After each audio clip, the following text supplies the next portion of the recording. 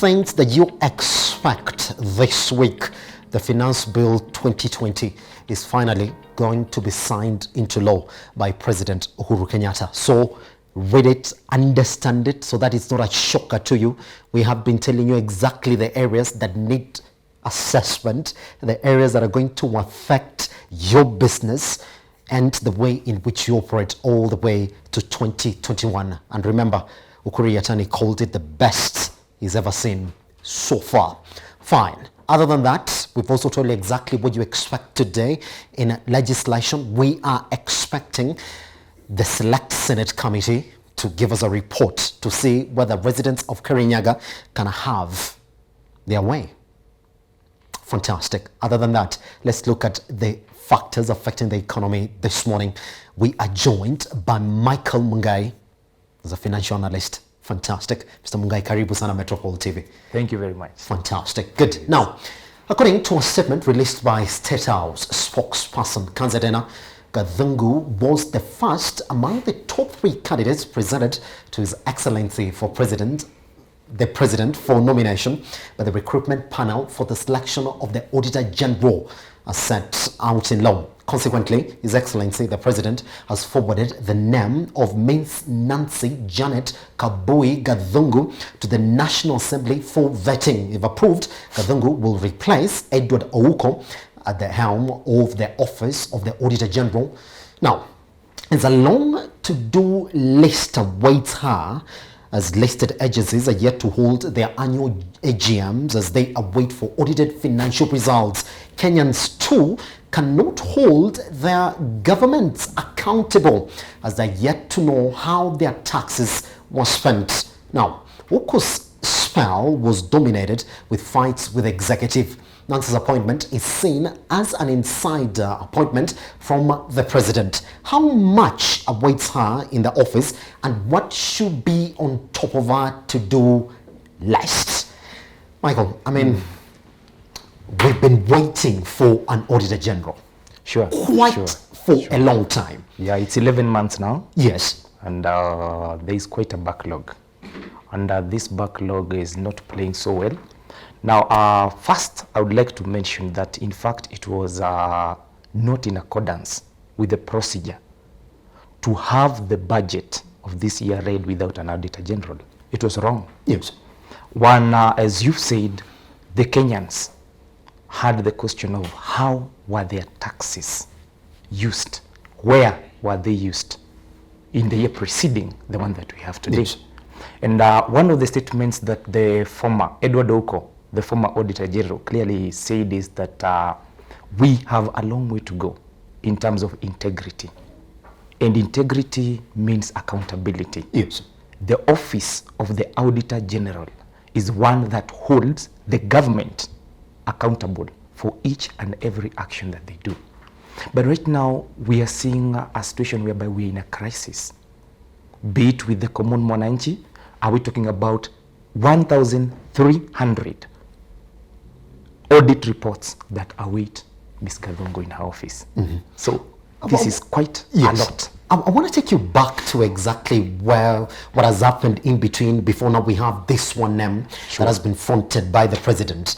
We did have a select committee that sat down the first time and they said we don't see anybody who's qualified among the first candidates were. They said yes, they qualify on merit. Yes. I mean, the academic qualifications are there, experiences are there, Yeah. but they said in terms of independence and tact, they don't have it. Yeah. Now, I want to take you back to Ouko's tenure. He was fighting a lot with the executive in the way they were spending their monies. Yes. Now, if you look at Nancy now, there are reports that this is sort of like an insider appointment from the president. Would that be true? And what is the president looking at now with this appointment? Well, let me take you back to exactly what you've said. Yes. And it is quite true. Nancy beat 6 of who were her seniors in that office. Remember, right now, before she gets that appointment, she's the director of audit in the office of the Auditor General. She has held the position for 6 years, so she has a wealth of experience. Initially, before that, she served another 6 years as the chief internal auditor at Kenyatta Hospital. Yes. So in terms of qualification, as you've said, there's no question about it. But the reason why the panel had seen questions on in terms of independence of these people who were there, it is because the bar had been raised so high by Edward Ouko. Now you do remember that Edward Ouko was on record giving Kenyans the real figures. He's the man who came out and told us we lose up to 300 billion a year in terms of corruption. Yes. And this marked the beginning of his fights or his tussles with the executive. Remember, they succeeded even in taking off some of the powers of his office. So the question of credibility and independence is what puts the nomination of Ms. Kadhongo in question. Yes. Now, remember also, Ms. Kadhongo's appointment comes shortly after Edward Ouko was on record saying how he was being frustrated, including the threats to his family.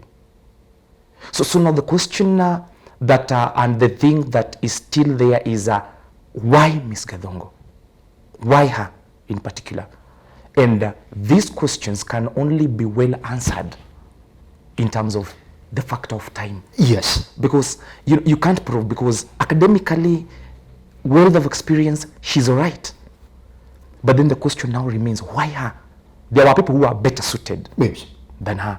I mean, people who have served not for less than, we have David Njoka. David Njoka is a man who has a wealth of experience. He's been serving that docket for quite a long time and is on record having talked about that.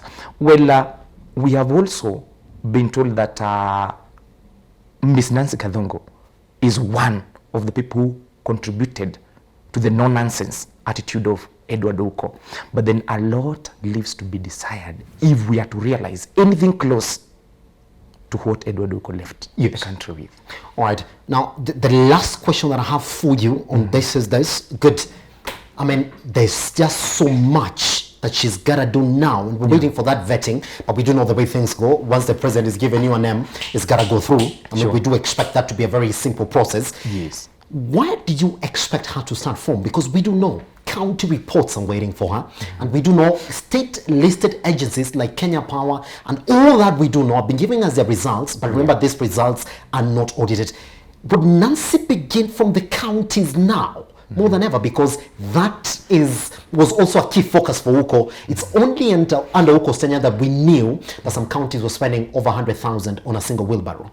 I think that one of the things that she must focus on and of importance is, remember, she can't follow what Edward Ouko was doing expressly. Why? Because she comes in at a time when the country is amidst a pandemic. Okay, so the list of priorities have been, they're not the same as before. And that is why the Ouko MP said that among the first things that they want is the head of the Public Accounts Committee in Parliament. Now he said that one of the priorities that they want to look at once the new Auditor General comes is two things, though that one has to do so much with what is going on. That is the compensation of the land of the SGR and then the procurement of the Kenya Defence Forces food program. But as you've said, the counties have had quite a lot, and there's been a big problem in the counties.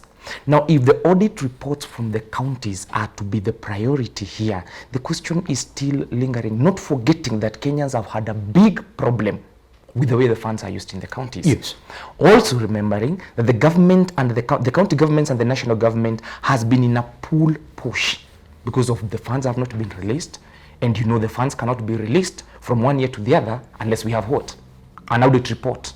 So I think in the first thing that she should prioritize, I think, is what touches the common mwananchi most, which has to do with devolution. Automatically. There are public entities, there are government departments that also need urgently to be dispersed so that the funds can come. So in her, I think she doesn't have anything to borrow from Edward, because for her it's a unique. And bearing in mind that she has only 2 months, remember the report is supposed to be tabled before Parliament 31st December. Okay? Then if she will only have 2 months to complete the backlog of 1,300, and then immediately start now doing what? Again, auditing and holding the government accountable once more. Yes. So I think for her, what in her mind and in her statement, listening to her, I think the priority still becomes the counties. Yes. Well, I want to talk to you about this position because we know it's very integral, therefore, to the president knowing exactly the way his tenure has been. Sure. Now, remember, Jubilee just has one budget cycle left, Sure. Michael, as we talk about this morning. Yes. Now, for the guys who are saying that this is an insider position, and this being a name that Uhuru Kenyatta has fronted, therefore, to the House, what do you expect for Uhuru Kenyatta to get out of Nancy? Now, honestly speaking, I want to say that the appointment of Nancy seems to be directly something that Uhuru Kenyatta wants for himself. It's not so much or in the interest of the country. Would you say that Uhuru Kenyatta now really wants to go out with a boom, expose where the corruption has been in the government? Not really. Not really. Not really, because if there was one man who was to expose corruption, Yes. was Edward Ouko. Yes. For Nancy, let's just be frank and say, let's not expect much from her. Because as I have said, Yes. she comes into office at a time when the threats were real for Edward Ouko. That was some sort of a warning to her. Yes. That if you are going to go that path, Yes. then you have to be very careful. Remember, we have so many things. We have the standard gauge railway. The court declared that the procurement was not followed. So they are, I saw that as well, You see? because she has to come in and plug she has in on to that come information. in. She has to be Yes. answerable to say what happened. Yes. Why was the Public Procurement Act not followed? You see? Yes. If she has to do that, she has to tread her ground very safely. Talk to me about the delay that we've seen since Ouko left office up to when now we have a name that has been fronted. Was it intentional? Some people said it was an intentional move from President Uhuru Kenyatta. Surely it was. And you know why it was? It is simply because of what Edward Ouko showed. You know, you don't want to go with if you listen to what Edward Ouko underwent and what he spoke to the country about, it must have given the president a thought that in the next appointment, I have Yes. to be very careful. Yes. I have to pick a person who goes with what? Because the fight between, now imagine the fights that Edward Ouko had with the executive, if they are happening right now with the president, or if they are to happen with the next one, with only one budget remaining, and with the political climate that is there, the president would have everything to lose. The president is looking for that one person who is going to be close enough. So forgive me if I say that I'm taking Ms. Nancy Gathongo so much of one who will not give what is expected, but rather is there to rubber stamp. The delay meant this: she has a lot of backlog. She doesn't have time to have, as the parliament said, she doesn't have any honeymoon. She has to come, do things a lot in a very short time. How does she do that? How does she accomplish that? By playing it with the executive. That is Pretty much, man. All right, let's now move on to the next issue this morning. Now, members of parliament have proposed a draft of changes to the finance bill, all right, which will stop the taxman from adjusting inflation taxes without the house as all the treasury is concerned. Kiare, under the current law, allows the Commissioner General to issue a legal notice stating the adjustment. Now, members of parliament will this week vote on the recommendations of the House before the president signs the new finance bill into law. Now, how much is this going to be a blow on Yatani, who relies on tax to fund half of the spending for the government in 2020-2021? And therefore, is this a right move from the House, going by how much the government needs to expand their sources of revenue in 2020-2021? And more specifically, Kiare has no power to do that. Kiare has no power to determine the fuel prices in the country now, not anymore. Yes. And that is a place where we do know the government has been hitting the economy hard in terms of going for the taxes. Is this necessary? Do you think that this is something that Yatani has to fight? Given now that the government relies heavily on taxes. I mean, Michael, if you look at our budget, 2020-2021, half of it is going to be given by tax. Sure. Yes. So we are talking about a budget of 3.63 trillion. Yes. And so when we say that we want half of that to come from KRA, we are talking about 1.8 trillion. Yes. That's a tall order to ask from KRA. Isn't it? Given the fact that they've never met their target. Never. I mean, you have to go back to 2012. That is the thing. And I was, in fact, shocked once the budget was read and I heard what is expected of KRA. Yes. What I would say is that one thing, there's something unique about even the budget of this year. Yes. And what is going to be expected. One thing is that we are going to expect a lot of borrowing. Yes. That is both domestic and external. Yes. So if KRA are going to achieve, as you've said, they need to, one, expand the tax base, to be able as much as possible to get a lot of tax. Now, the problem comes in here. Fuel is one of the main ways yes. which KRA gets its taxes from. Why? Because our economy is heavily reliant on fuel. Industries are diesel and petrol yes. driven. If you're talking about households, a lot of them use fuel in terms of kerosene. So once Parliament did this, they said what informed their decision is this, is that unlike other years, you know, it was said that the inflationary tax that they increase each year was so easy. What they just needed is to give a legal notice to Parliament, yes. and then it is passed. And then after that, it's passed into law. But now, remember, this power which the Commission has was given to them by Parliament. You see? Yes. Now, they want to take it back to the extent that before the Commissioner thinks of inflating anything, yes. he has first to seek the approval of Parliament. Yes. Okay? Yes. They allow him, give the legal notice. Again, they can agree or not agree. Yes. I want to point you out, Michael, to the exact area, and you tell me why these two areas. They're talking about fuel and beer taxes. I want to talk to you about really what's going on. You saw the other day when we're talking about international oil prices really coming to a down low, which they are up to now. Yes. We didn't see that much of a jump in the country. We had to wait actually for diesel to pretty much readjust itself locally. And now the fights that we've seen that most of the alcoholic manufacturers within the country are having with KRA right now, most importantly, EABL. Yeah. Would you say that this is just as a result of lobbying? Too much lobbying within the business community that has gone all the way to Parliament? Yes, yes, yes. And maybe you should also add that, and I always say that as an economist, one problem that we have with our economy yes. started in 1974. Yes. That is when public servants were allowed to participate in business. In short, you can say that it became an institution of corruption. And that is why it has its root. Now, as you've said, the lobbying does not just happen. Yes. Some of these legislators, they are themselves businesses. They are involved in this. Yes. Okay? Yes. If you listen to the EABL, they were saying already, prior to expecting that, they've been right now hiking their prices with up to 10 shillings. Up to 10 shillings. Yes. The problem that comes in here is that Parliament does not deal with this issue professionally as KRA is doing. For them, it's an interest. They have pact with the business community. They have to act in their interest. Again, you fail to understand whether it is wrong for them to do that now that they are elected by these people. These are people whom they serve interest and they promised to do that. And now they are only acting for the interest of the business community, which now becomes detriment to the performance of the KRA. Yes.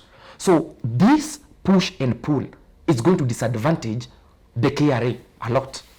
Because if Parliament is to go this way, and if they are going to act now as the barricades or blocking the progress of the KRA, you expect us to have problems. And these are the same legislators who are going to go back to Parliament. And now, remember, when this scenario happened some years back, you know what happened? Yes. We had to raise the debt caveat of our nation from 6 trillion to 9 trillion. Isn't it? Yes. Why? Yes. Because we were always running at a budget deficit. But some of the things that are causing the budget deficit are such like things. Okay? KRA has to do what it has to do. Whenever you're looking for tax and increasing the tax base, you look at that commodity which can reach a lot of people as possible. Yes. Is that not what KRA is doing? Pretty much. But what about the other side as well, Michael? That yes, if you give KRA so much power, and I'll point you out to cases of beer. Sure. Now, don't the members of parliament also have a point that if you hit the alcoholic manufacturers in the country with so much tax, then you are also promoting another illegal industry within the economy that's called the illicit brew, which we do know costs a lot of lives in the Kenyan economy. Don't they also have a point that where's the balancing act here? Give KRA much power or don't give KRA much power? Because the members of parliament will also come and tell you that even as you decide to think of the places to tax, fuel, you gotta come to us, we'll represent the cries of our people before you can actually therefore introduce this tax. Now, one problem with the point of parliament is that parliament in itself found it wise to give the commissioner power. Now, the way they gave him power is not just any way, because they gave a trend with which the inflationary tax is supposed to go. Now, remember, the commissioner does not just wake up one morning and say that we are going to do this. It is what they agreed. Yes, we do agree. And especially at a time like this, you do feel for the brewers. They have had a lot of, they have been hit hard, especially during the COVID-19. Yes. Yeah, their businesses have been closed and it's been along. What I will say is that if Parliament is only acting for this time, otherwise, if you look at the trend that we have not had complaints in the past, okay? But now, given the situation that is there, I would find it wise for Parliament not to cater only for the interest of the people, but to look at it in the eyes of the pandemic. That would be an informed decision.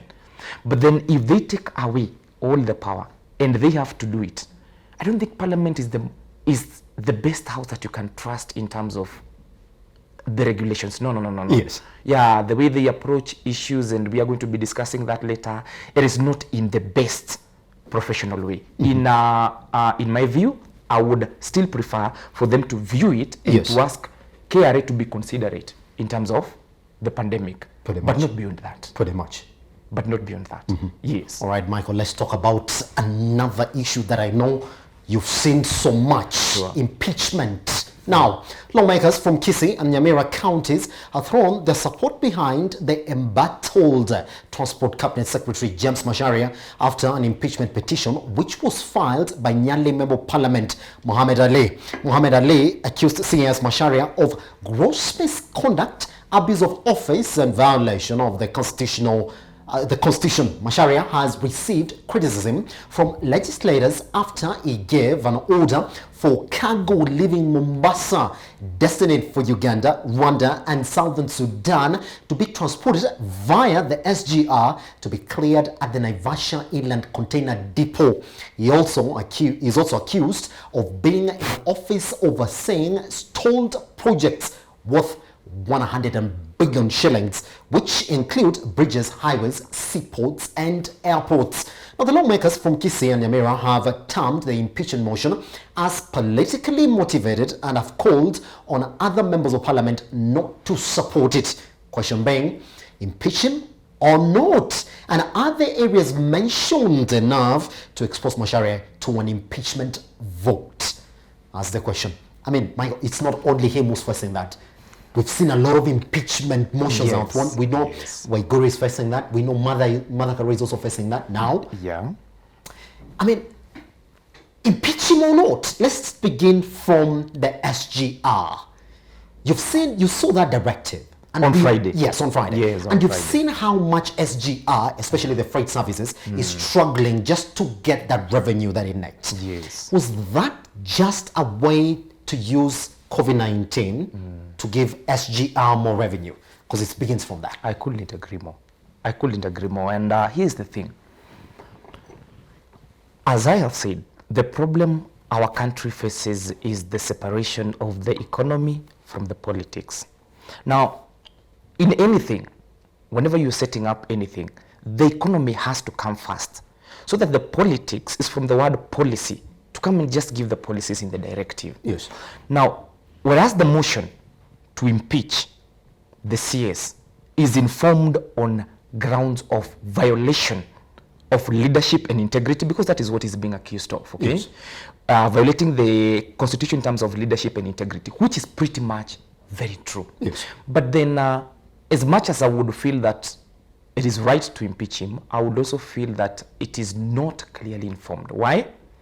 We had, if we go back, you remember the case of Thuge and Rotich, yes, right? Yes. And their problems were with the EACC director. And I would like maybe the move by the ANC leader, Musalia Mudavadi. I would think that is better. Yesterday he said that we need the EACC to grill the two cabinet secretaries, Ukuria Tan, yes, and the transport CS, regarding the ruling of the court on Friday, yes, that the procurement of the contract of the SGR was illegal. Now we are talking about more than 500 billion Kenya shillings involved here, okay? And what I'm seeing with the members of parliament, as I've told you, is the worst thing. Because at one time, they signed. The next moment, they were saying, oh, we didn't know that Muhammad Ali was taking a loan. That is what he told us. You know, these are things that you don't want to hear from serious people. Yes. And you know what happens in parliament is that they are lobbied and moved very fast.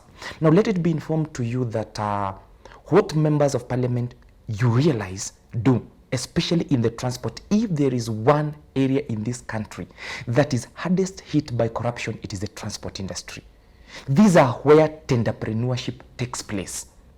Are you talking about the rural roads? Are you talking about the urban roads? Are you talking about the national highways? This is where a lot of our money is lost. Okay? Now, coming back to the SGR, from where Muhammad Ali is standing, I do understand him totally, 100%. He is speaking in the interest of his people. And before he spoke, Governor Joho was on record, still speaking on the same. yes, And my question will be, why would the CS allow the two modes of transport compete equally? yes, Instead of giving one the upper hand? If you go inside to what the SGR has, it's because it carries with it a lot of terms that are never released to the public.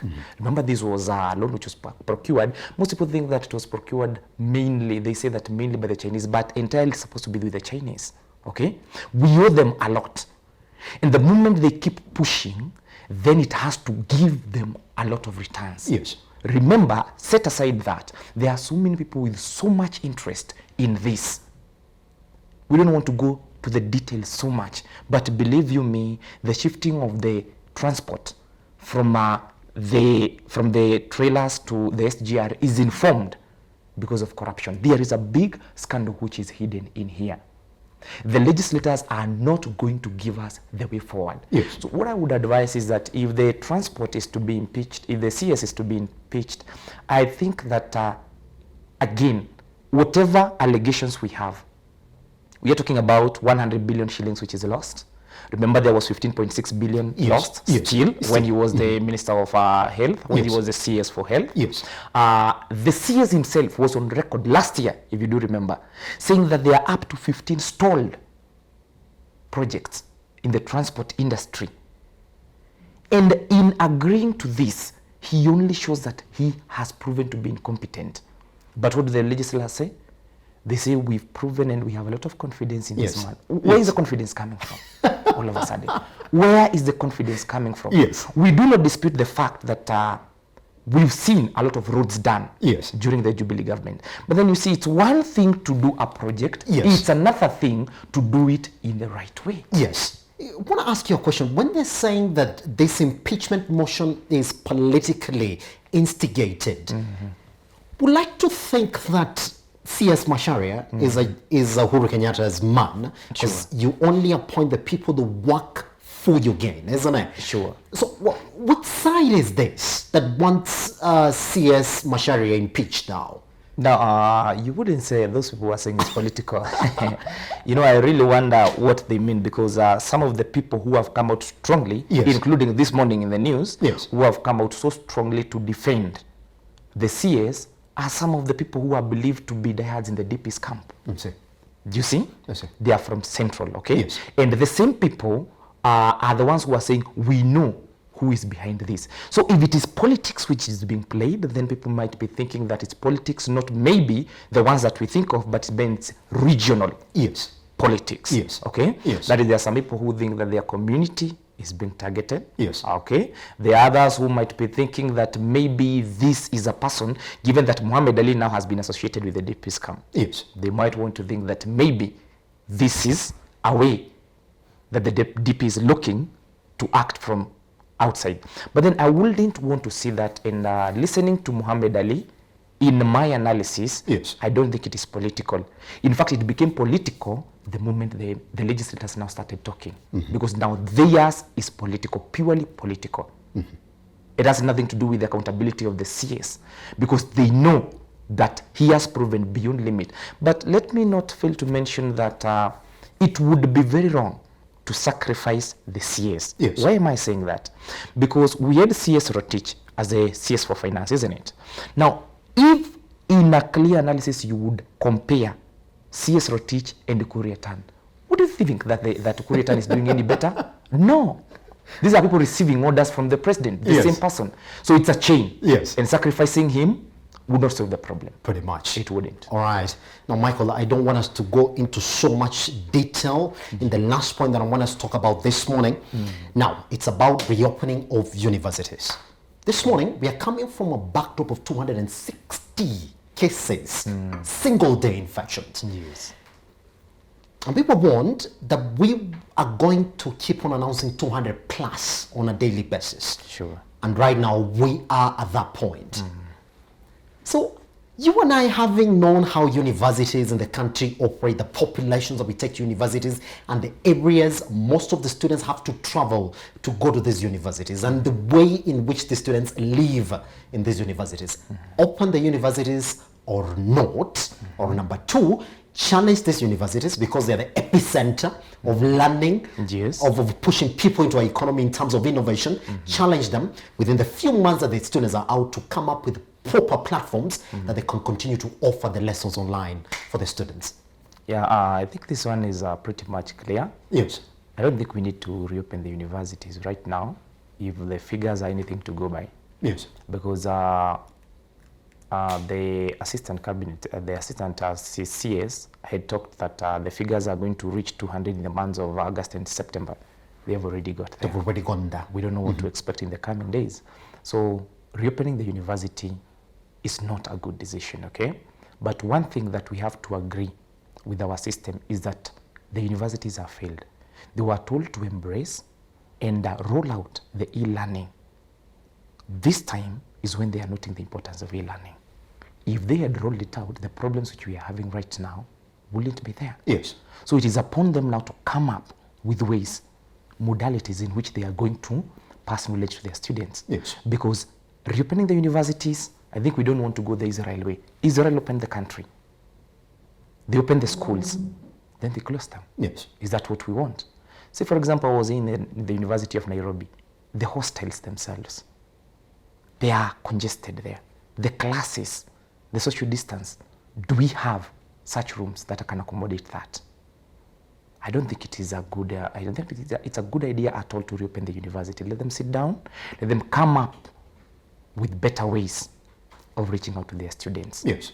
But reopening, no. Fantastic. Michael, thank you very much for joining us this morning, man. All right. That is your economic review this morning. We take a short break. Once we come back, economic trends.